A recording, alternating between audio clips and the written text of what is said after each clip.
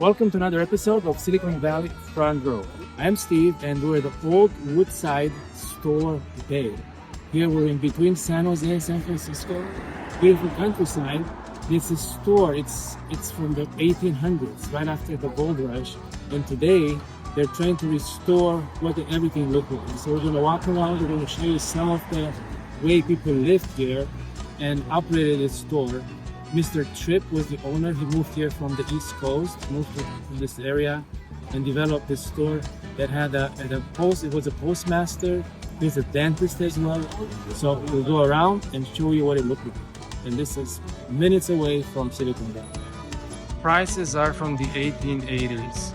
Can you tell us a little bit about this store? Like, what does it signify? What was the time period that this is mostly represented? So we represent it right now from the 1880s because we actually have people that are still around. I remember coming here as kids. It was from 1804 to 1909. It was open here for a while, so a lot of people remember coming here as kids, and we were able to restore it for that time period. But it was also, from 1854. So we have a time period around that. Like these price here reflect the 1880s, so we try to have that time period. So 1854 is when the store was born, and this is when Mr. Tripp moved here. And Tripp was here from New York area in the early 1849, and then he was a dentist. He was a dentist in San Francisco, but he didn't really like it over there, so he moved down here, became a logger for a couple of years, just like 3 or so years. And he was also James Ryder, and also Matthias Parker, and Mr. Ellis, and they built the store. So it was a career there. Sounds like a story. And Tell us a bit how his dentistry operated and how much it cost. And yeah, so it was around $2 have your teeth pulled. That was like what the main thing he was doing around here. So he was in charge of all that, but he was also in charge of making sure that people had health issues. So he pulled out people's teeth. It was founded back in 1854 by Matthias Parkhurst and Dr. R.O. Tripp. They were serving the loggers in the area, and it was one of the first dental stores between San Francisco and San Jose. Dr. Tripp advertised that anything you wanted, he could sell. So he made frequent trips up to San Francisco to get supplies, but in some of the old maps, instead of the town of Woodside, it just says Tripp Store. So he was a very well-known character, and this was a community gathering spot. So every year on the first Sunday in May, we try to take a step back in time and see what life used to be like, whether it's churning butter, sawing logs, making shingles, or trying out some of our old-fashioned equipment. So we have 2 washer machines here. Over there is our old washer, and over here is the new washer machine. So let's see how this works. You close the cover. You agitate the clothes with the handle here. And then So there's like the spinning part. that's the This is spinning the part. spinning, yeah. Because when you turn the handle, it spins it, Yeah. right? Yeah. And then instead of having to wring it out by hand like you used to do, you have the wringer. Mhm. So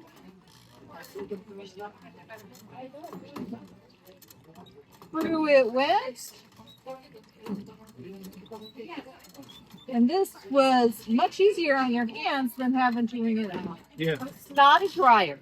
You had to still dry it on the line, but this was to wring out your clothes.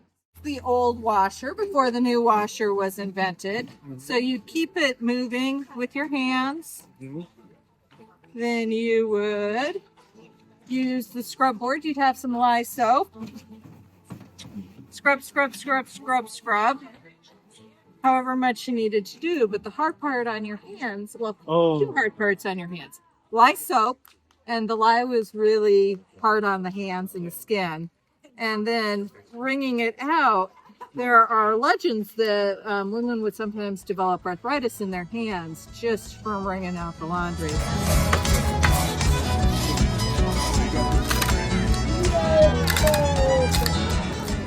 We're making shingles with the roof, and this is how they made them 150 years ago, with using this tool, which is called a froe, and using this tool, which is called a mallet. And normally the shingles would have been taller than we're making them today, but this is for examples. Okay, so we're going to take the froe. This is your job now. We're going to lay the froe here. Okay, And then we take the mallet, and you're going to make a wood shingle. All right. What are you going to do with your work? Making the big one sharp. We do have a little knot I see in this one. Yeah.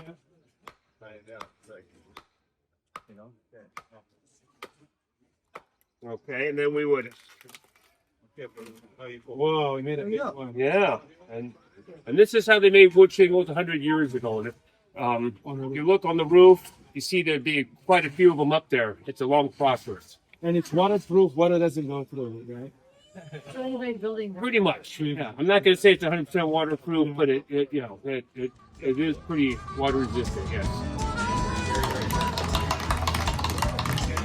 This is a bank. These are little banks, yeah. So back in the day when a penny could actually buy something, Yeah. the parents would encourage their children to save their pennies. The banks helped in that manner. So we'll show you how they work here. Go ahead and put a penny in the clown's pan. So press over here very lightly. Okay. The clown swallows the penny. Okay, how about this one?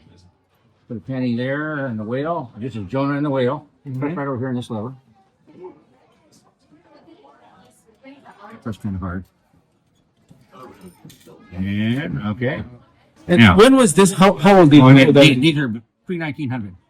Pre-1900s. Yes, they're over 100. Amazing. Okay, now, Amazing. put on the bulldog's nose. Flat on the nose.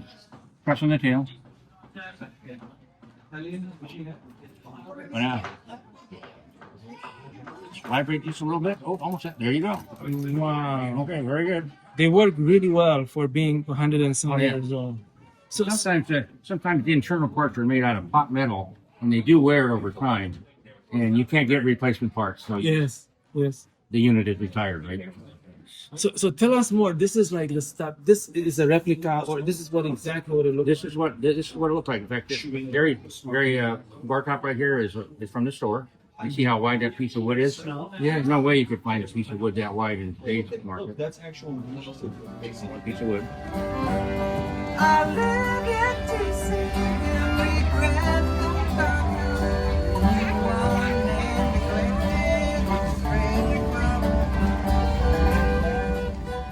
Hi, my name is Sonia Shell, and this is a banjo, and this is Johnny Campbell playing the fiddle. And Phyllis Irk with the dobro. We're playing bluegrass and old time music, and we're here at the Woodside store day to celebrate what life would be like in the 1850s. So would this music would be similar what they played around that time? Yes. You would say, Yeah.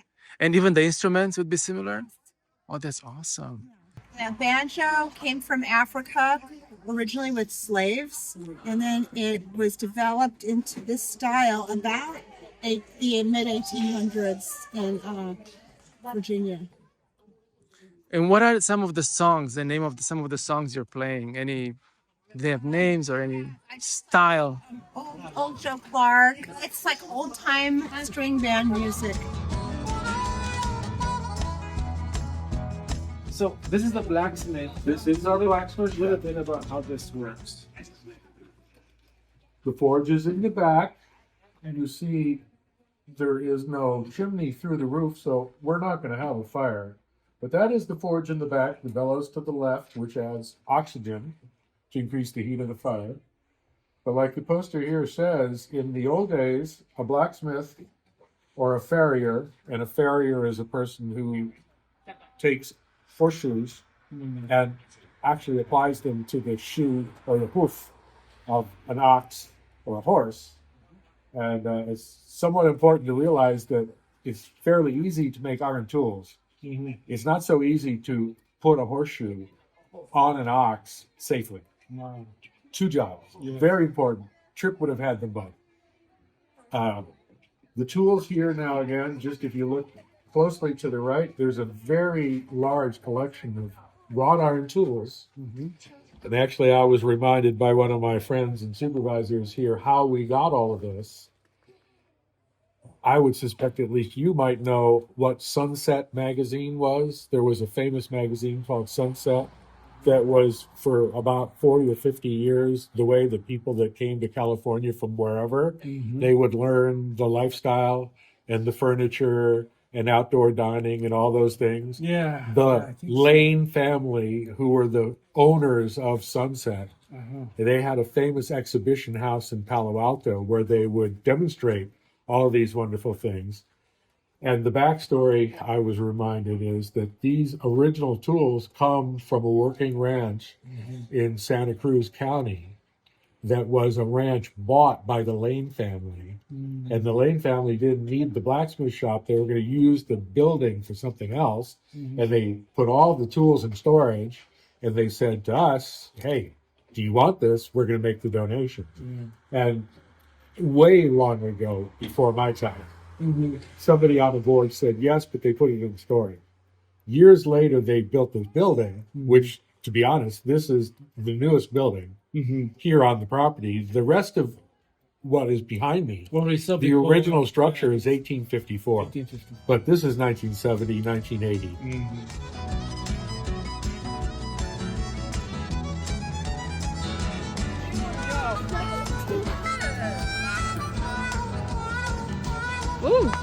Okay. Good. Thank you for watching another episode of Silicon Valley Front Row. We're here to get a sense of what life was in the 1850s in Northern California. How people lived, how they survived and enjoyed life over 150 years ago. If you enjoyed this episode, please leave us a message, comments, or what you liked about it, and we'll see you next time. Thank you for watching.